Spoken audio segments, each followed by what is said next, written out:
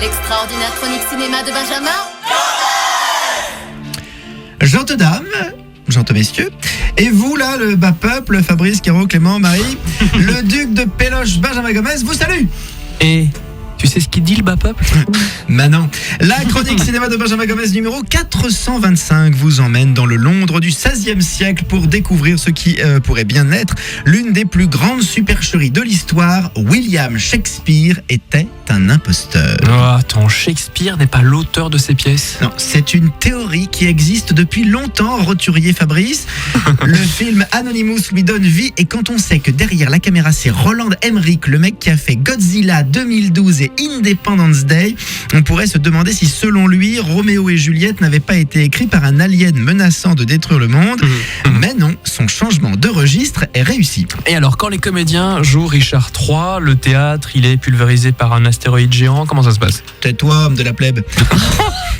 Nous sommes à la fin des années 1500. La reine Elisabeth I est au pouvoir et ses conseillers William Cecil et son fils Robert Bossu, conspirent contre elle. Le Robert, il n'a pas tout misé sur le physique. Avec la malformation qu'il a, tu comprends mieux son aigreur.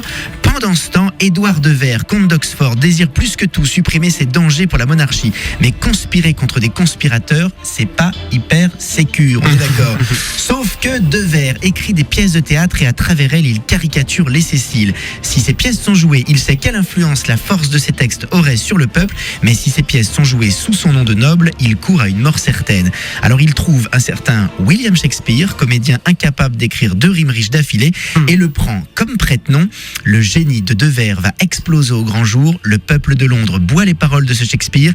Les complots peuvent commencer.